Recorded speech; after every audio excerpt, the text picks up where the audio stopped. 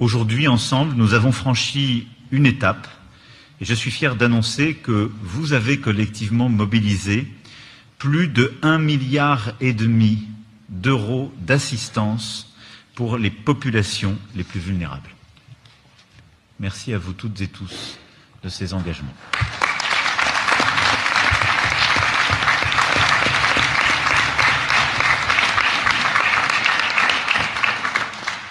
Ce seront des médicaments, de l'alimentation, mais aussi, et le Président y tient beaucoup, à juste titre, des capacités redonnées aux populations de rebâtir leur quotidien, de retrouver leur autonomie alimentaire et économique, de pouvoir retrouver une activité qui stabilise ce qui est le cœur même du travail des humanitaires. Enfin, nous avons voulu des garanties concrètes sur l'accès humanitaire, la protection des travailleurs, la libre circulation de l'aide, l'absence de taxation de leur activité. Des voies, des moyens, des résultats, voilà les 3 piliers de notre engagement.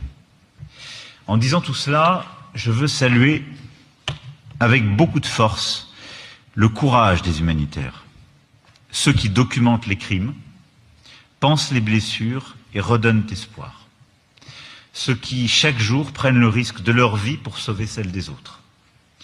13 d'entre eux ont été tués depuis janvier. 13. Et en me félicitant de l'aide mobilisée aujourd'hui, je veux dire à leurs proches, à leurs équipes, notre reconnaissance et notre solidarité. Nous devons protéger ces femmes et ces hommes comme on protège un trésor d'humanité. C'est le droit international qui nous y oblige. C'est notre devoir moral et notre dignité qui nous y conduit. S'agissant de l'accès humanitaire, je veux aussi annoncer ici qu'à l'issue de nos échanges, et pardon de vous avoir fait un peu attendre, nous avons acté, devrait dans les prochaines semaines, à la réouverture de l'aéroport de Goma pour des vols humanitaires 2 jours de petit gabarit, compte tenu des contraintes logistiques. Ces accès sont indispensables, ils seront faits dans le respect de la souveraineté congolaise, afin que les premiers vols humanitaires puissent reprendre sans délai, et ils seront également complétés par des corridors humanitaires et des accès humanitaires, par exemple aussi ceux venant depuis le Burundi.